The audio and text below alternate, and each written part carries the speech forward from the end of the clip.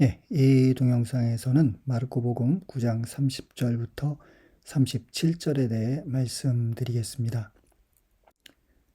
마르코복음서는 전반부와 후반부로 나눌 수가 있는데요. 그 전반부인 그 예수의 갈릴레아 활동이 8장 27절부터 30절, 그러니까 당신은 그리스도입니다 라는 베드로의 고백을 통해서 일단 그 결말에 이릅니다. 그리고 8장 31절부터 33절, 예수는 처음으로 자신의 순환과 죽음, 부활에 관한 예고를 하고, 또 8장 34절부터 9장 1절은 그 예고와 연결된 예수의 가르침을 전합니다. 8장 31절부터 10장 52절까지 예수는 갈릴레아에서 예루살렘으로 이동하는데요. 그 이동 중에 예수는 모두 3번에 걸쳐 순환과 죽음, 부활에 대한 예고를 합니다. 그런데 그 예수의 예고를 제자들은 잘 못 알아듣죠. 그래서 예수가 제자들에게 가르침을 내리는 이런 하나의 그 전개 양상이 3번에 걸쳐 반복된다고 우리가 이해하면 될 것 같습니다. 첫 번째 순환, 죽음, 부활 예고와 가르침이 있었고요. 8장 31절부터 9장 1절까지죠. 그리고 9장 30절부터 32절, 두 번째 순환, 죽음, 부활 예고가 있습니다. 그리고 뒤따르는 예수의 가르침이 9장 33절부터 시작되는데요. 그 가르침은 50절까지 이어집니다. 그런데 이제 주석가들은 33절부터 37절이 중심 가르침이고 38절부터 50절은 확장된 가르침이다 라고 예수의 가르침을 둘로 구분합니다. 텍스트를 보죠.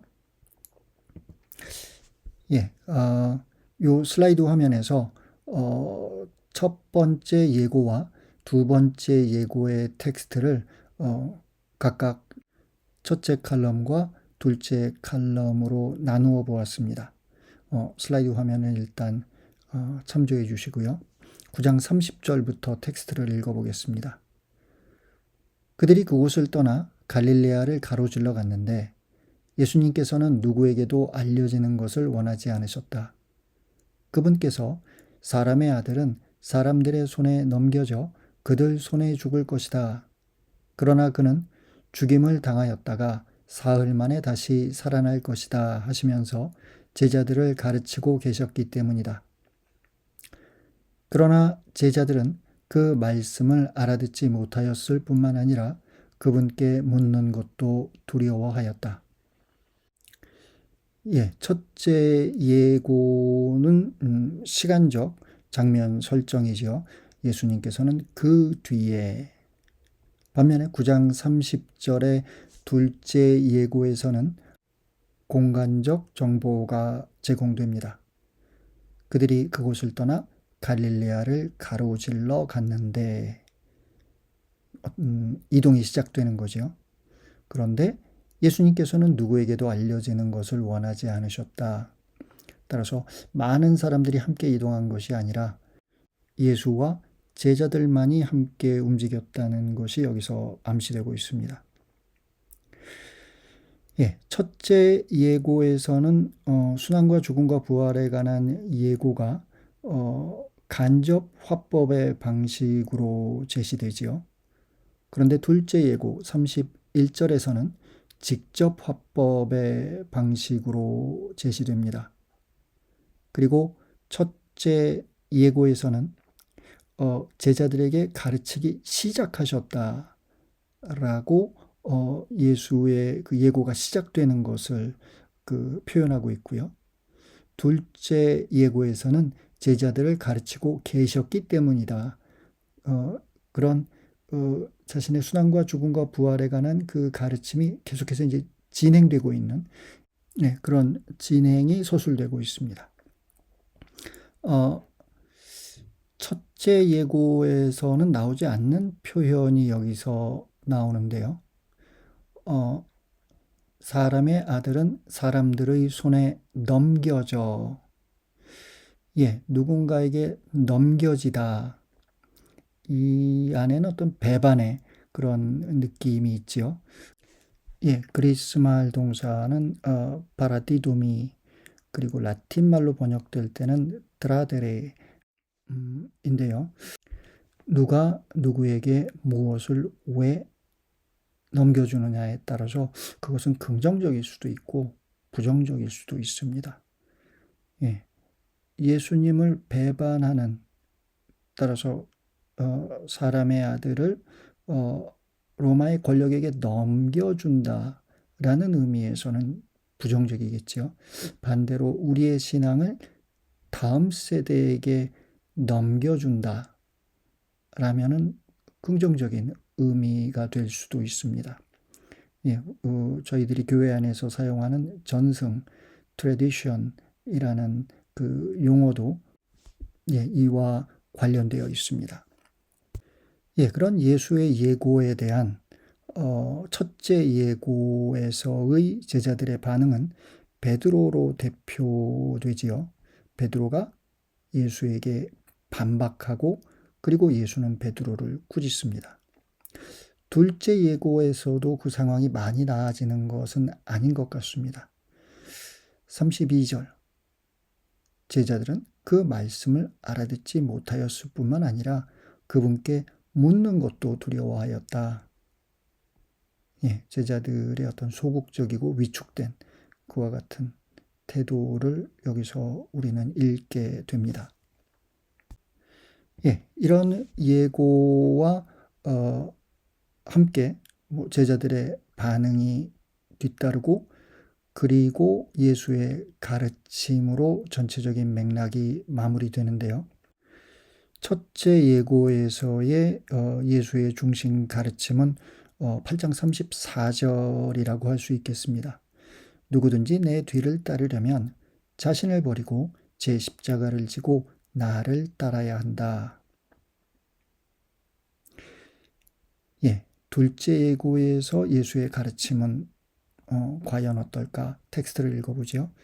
33절. 그들은 가파르나움에 이르렀다. 예수님께서는 집 안에 계실 때에 제자들에게 너희는 길에서 무슨 일로 논쟁하였느냐 하고 물으셨다. 그러나 그들은 입을 열지 않았다. 누가 가장 큰 사람이냐 하는 문제로 길에서 논쟁하였기 때문이다. 예수님께서는 자리에 앉으셔서 12 제자를 불러 말씀하셨다. 누구든지 첫째가 되려면 모든 이의 꼴찌가 되고 모든 이의 종이 되어야 한다. 예, 예수님의 어떤 가르침 37절까지 이어집니다만 일단 35절까지 보도록 하죠. 먼저 33절에서 공간이 설정됩니다. 가파르나움. 예, 갈릴리아의 예수, 그러니까 마르코복음서의 전반부는 카파르나움에서 시작하여 카파르나움에서 마무리되고 있습니다. 그리고 이제 그 예수는 갈릴레아를 떠나게 되는 거지요. 예수가 갈릴레아에서 머무는 것은 그 9장까지의 내용입니다. 그리고 10장 1절에 가면 다음과 같은 내용이 나옵니다. 예수님께서 그곳을 떠나 유다 지방과 요르단 건너편으로 가셨다. 예, 따라서 이제 9장까지 갈릴레아에서의 어떤 예수의 모습이 그려지고 그리고 10장부터는 갈릴레아를 떠난다라는 것이죠. 예수는 제자들에게 묻는데 이제 카파르나움에서도 이제 좀 더 장소가 특정됩니다. 집 안에 계실 때에 따라서 예수와 제자들은 지금 집 안에서 있고요. 반면에 이동 중 길에서의 어떤 논쟁이 여기서 예수의 질문의 내용입니다. 그래서 집 안에와 길에서가 서로 그 대조되는 표현이라는 것을 우리가 알고 있으면 되겠습니다. 너희는 길에서 무슨 일로 논쟁하였느냐? 예수가 질문을 던지지만 사실은 예수는 이미 알고 있었던 것으로 보입니다. 이 예수의 질문에 제자들은 입을 열지 않지요. 왜냐하면 그들이 누가 가장 큰 사람이냐 하는 문제로 길에서 논쟁하였기 때문이다 라고 텍스트는 그 이유를 밝힙니다. 따라서 제자들도 이런 농공행상의 토론이 옳지 않다는 것에 대해서 이미 어느 정도 인식을 갖지 않았을까? 라고 우리가 짐작해 볼 수 있겠지요. 앞선 그 첫째 예고에 뒤따르는 가르침에서도 그 가르침의 중심은 누구든지 내 뒤를 따르려면 자신을 버리고 제 십자가를 지고 나를 따라야 한다라는 것이었죠. 이런 논쟁에 대한 예수의 가르침은 다음과 같습니다. 예수님께서는 자리에 앉으셔서 자리에 앉는다는 것은 가르침을 내리는 스승의 모습입니다. 그리고 12를 불러 말씀하셨다. 12를 설정하고 또 그들을 파견하는 그와 같은 내용이 갈릴리아의 예수 활동 안에서 특징적으로 언급되었었지요. 그 가르침의 내용은 다음과 같습니다. 누구든지 첫째가 되려면 모든 이의 꼴찌가 되고 모든 이의 종이 되어야 한다.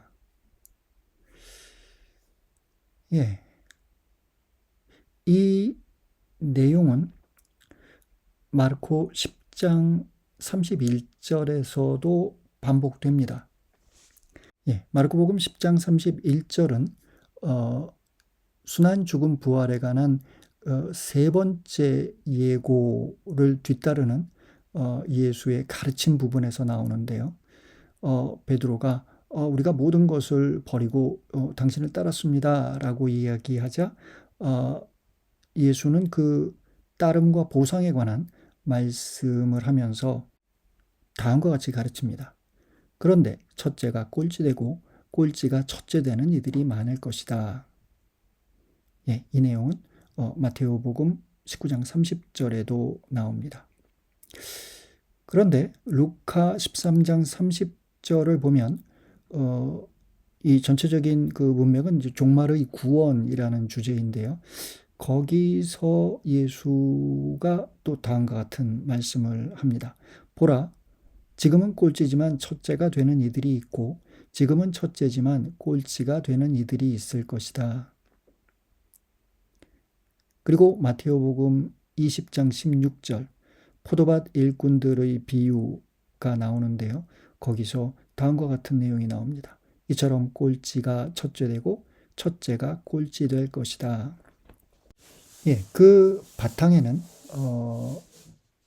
구약에서부터 출발하는 종말론적 그 세계관이 있는데요.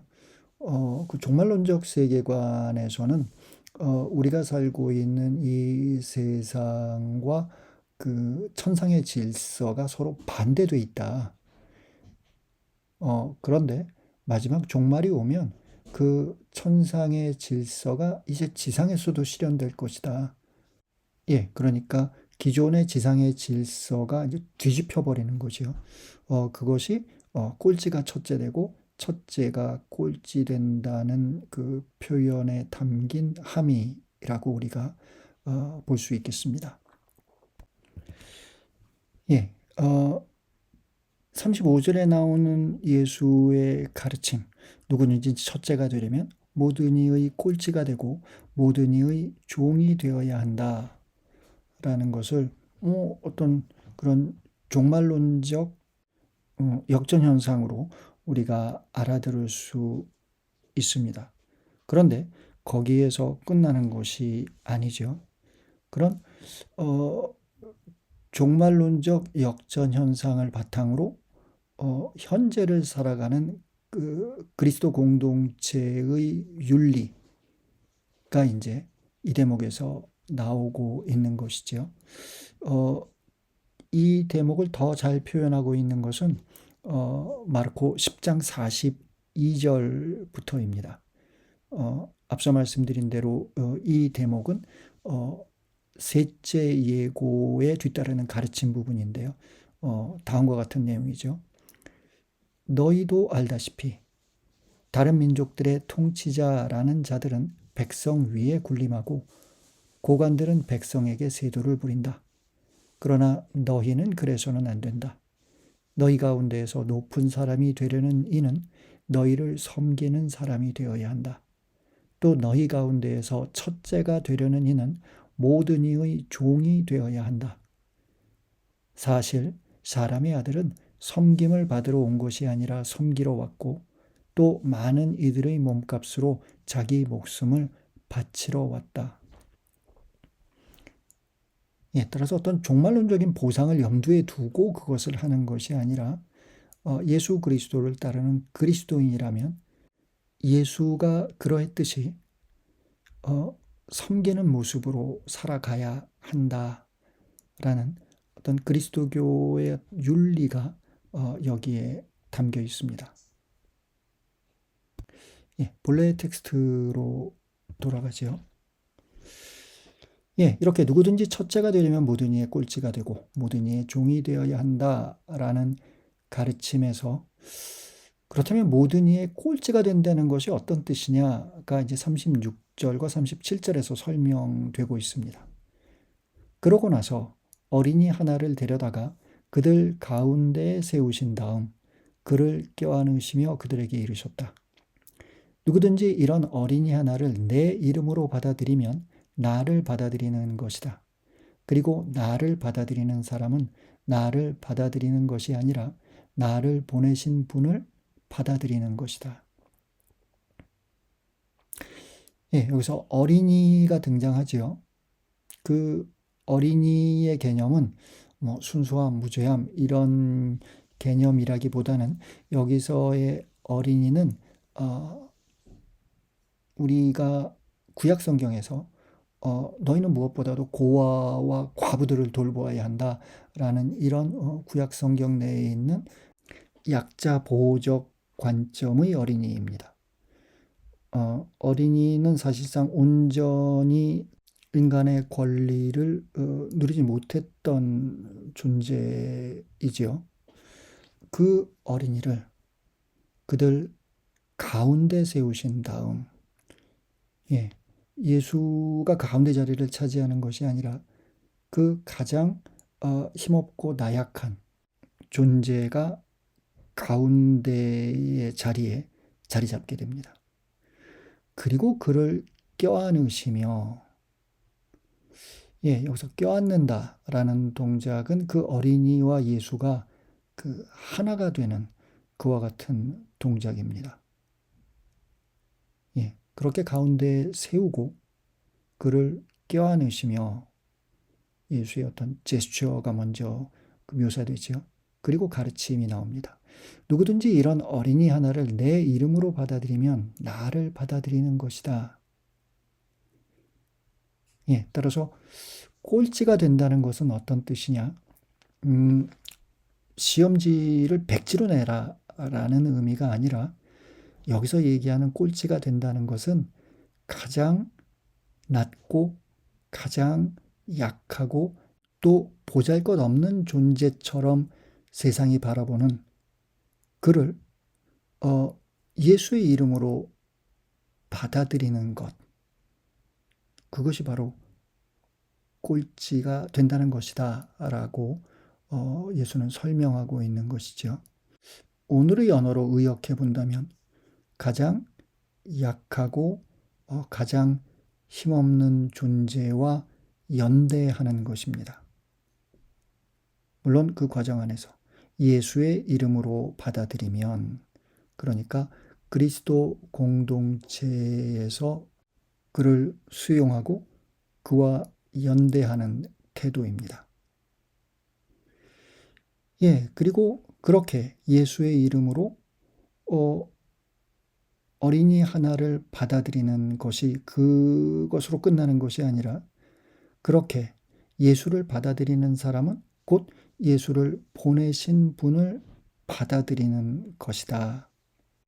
곧 이 사건이 단지 사회적 사건이 아니라 하나의 신앙의 사건이라는 것을, 이것이 하느님과 관계된 것임을 이 37절의 가르침은 우리에게 전해줍니다.